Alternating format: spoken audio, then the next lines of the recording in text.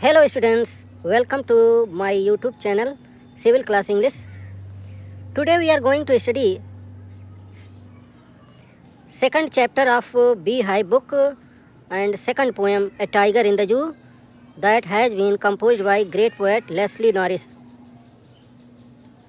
First of all about the poet. George Leslie Norris was born on 21st May 1921 in South Wales. Wales is a part of the United Kingdom and is bordered by England and the Irish Sea. Though this great poet was born in a very simple family, even then he has achieved the worldwide name and fame in English literature. This poem contrasts a tiger in the zoo with the tiger in its natural habitat. The poem moves from the zoo to the jungle and back again to the zoo. Let us read the poem. I am going to explain line by line the poem. Let us see and understand. The starting stanza describes what is the miserable condition of a tiger is in the zoo. As the poet tells that he stalks in his vivid stripes, the great poet Leslie Norris describes that he has been personified here. He is used for the tiger who is in the cage of a zoo. He stalks means walks in his vivid stripes. Vivid means bright colored stripes. Stripes means धारियाँ पट्टियाँ जो उसके त्वचा पर होती हैं, वह अपनी चमकीली धारीदार त्वचा में इधर उधर वॉकिंग करता है, चलता है. The few steps of his cage, in the few steps of his cage, अपने पिंजरे के कुछ ही कदम में, अपने पिंजरे में वह कुछ ही कदम चलता है. On pads of velvet white, on pads of velvet quiet. Velvet means a type of cloth which is very soft. So here the poet has compared the pads means claws, pads means paws of a tiger, claws are paws of a tiger. जो उसके पंजे होते हैं उसकी तुलना कब इन्हें velvet से की है, a type of soft cloth and quiet. And he is very cool and calm, very quiet, बहुत शांत स्वभाव से. In his quiet rage he walks inside the cage only a few steps and that is very cool and calm. He becomes very quiet. He becomes very cool and calm.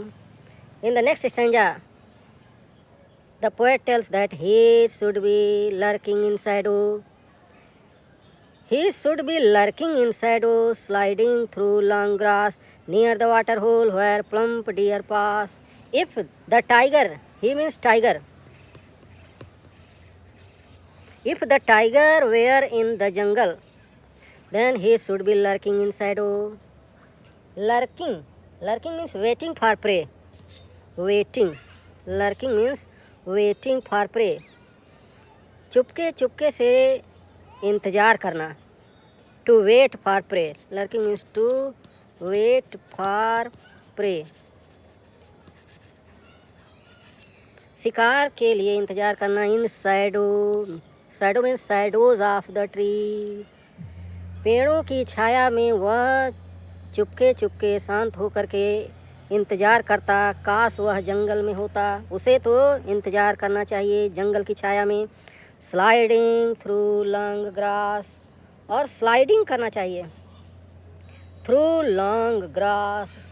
Sliding means slipping through long grass, लंबी लंबी घासों पे उसे सरकते हुए चलना चाहिए. Slipping by the slipping way By the hiding way, he should be waiting for his prey near the water hole. Where should he be waiting for? Near the water hole.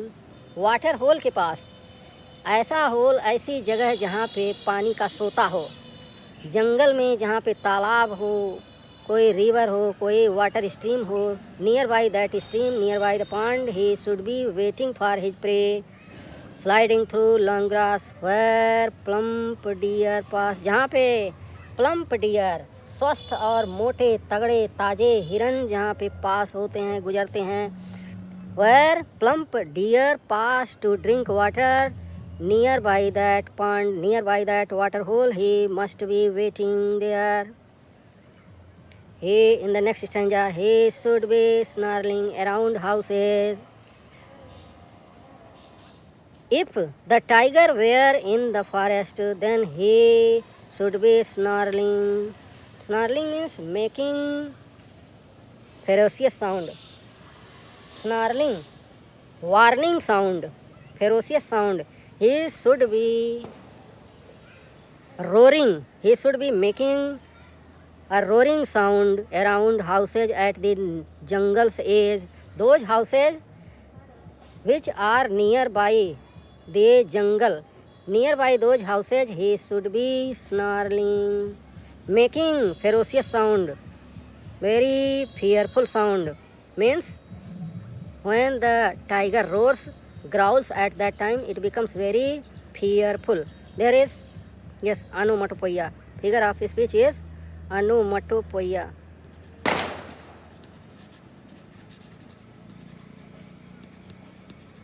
onomatopoeia ध्वनि सूचक अलंकार का प्रयोग Norris साहब ने किया है. At the jungles as, जंगल के किनारे जो गांव हैं, उन गांवों में, घरों के आसपास उसे गुर्राना चाहिए, उसे दहाड़ना चाहिए और ये भय बनाना चाहिए.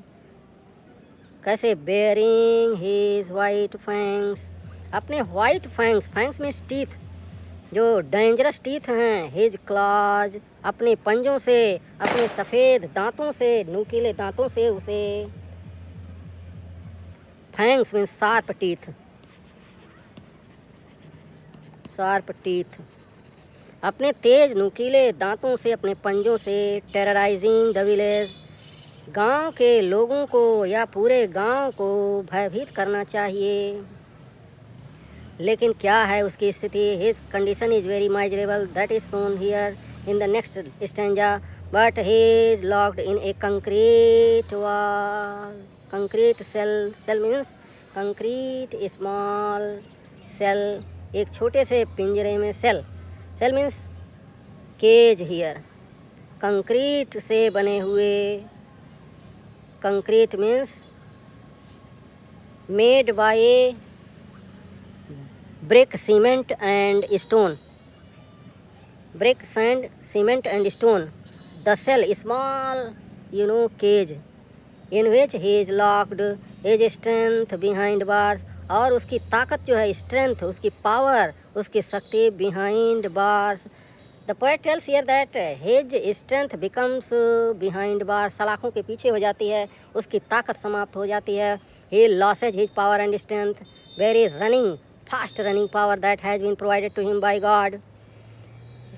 Stalking the length of his cage, and only he stalks the length of his cage, only he walks in the length of the cage. जो पिंजरे की लंबाई है, केवल उसी में चल फिर करके रह जाता है.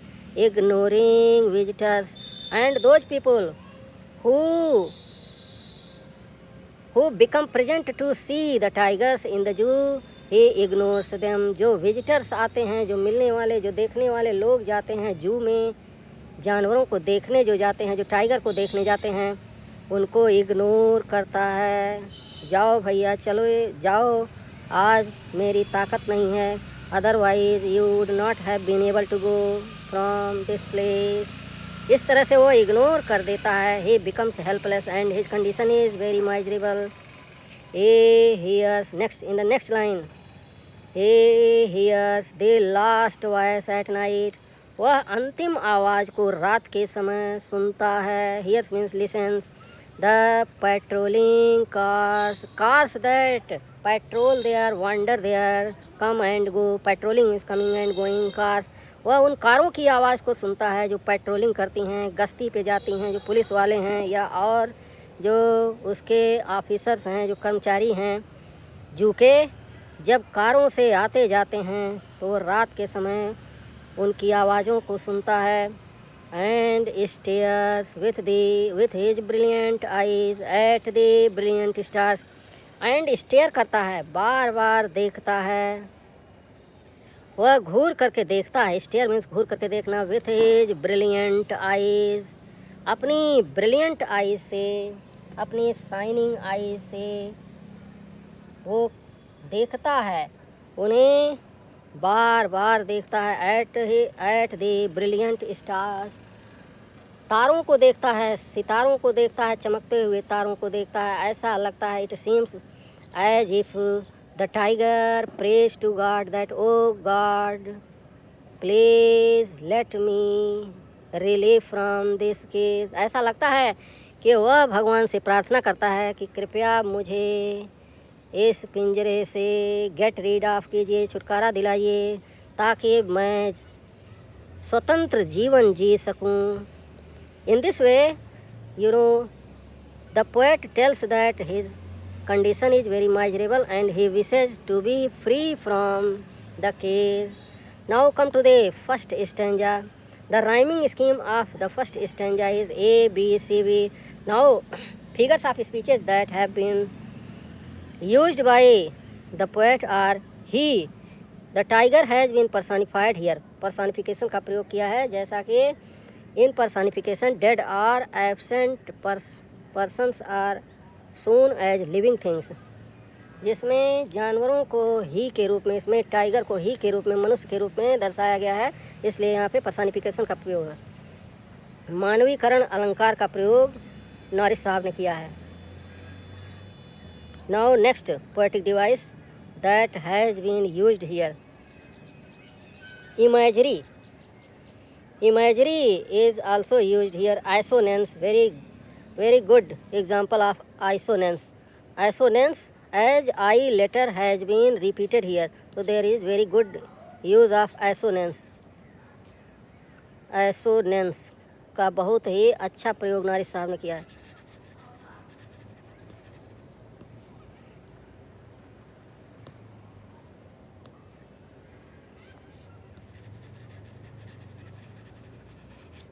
assonance का प्रयोग किया है।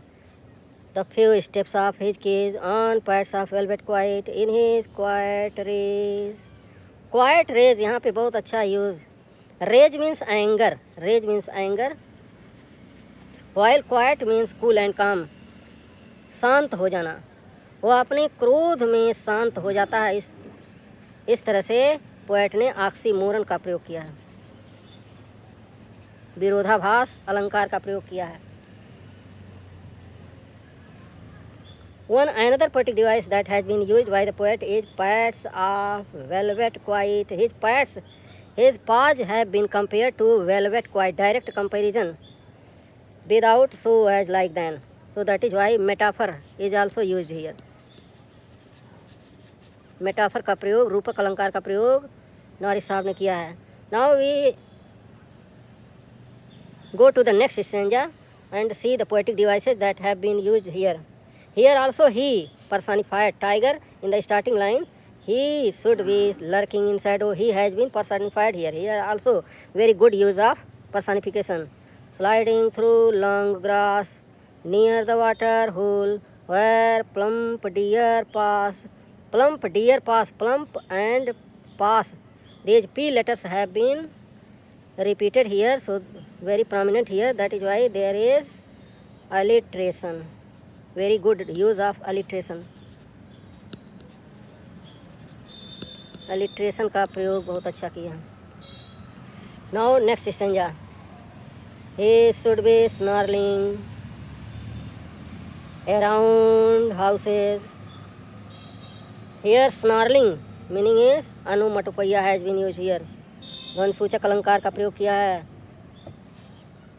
at the jungle's edge, bearing his white fangs, his claws, terrorizing the village. Bearing his white fangs, अपने दांतों को इमेजरी का प्रयोग यहाँ पर बहुत अच्छा यूज़ किया है। बेयरिंग हिज वाइट फैंग्स में इमेजरी का प्रयोग है, इमेजरी इमेजिन किया है।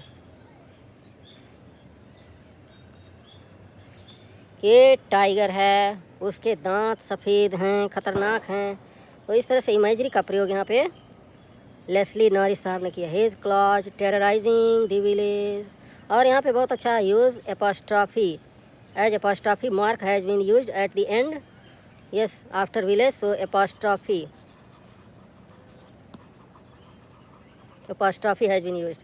The poetic device is apostrophe. Now in the next lines, but he is locked in a concrete cell. Concrete cell. See, letter has been repeated here, so that's why here also alliteration. Alliteration का प्रयोग. His strength behind bars. यच letter, इस line में यच letter का प्रयोग बहुत prominent है। यच यच यच, इस तरह से यहाँ पे पोएट ने कॉन्सोनेंट्स का यूज़, कॉन्सोनेंट्स का बहुत ही अच्छा यूज़ किया है। Stalking the length of his cage, ignoring visitors,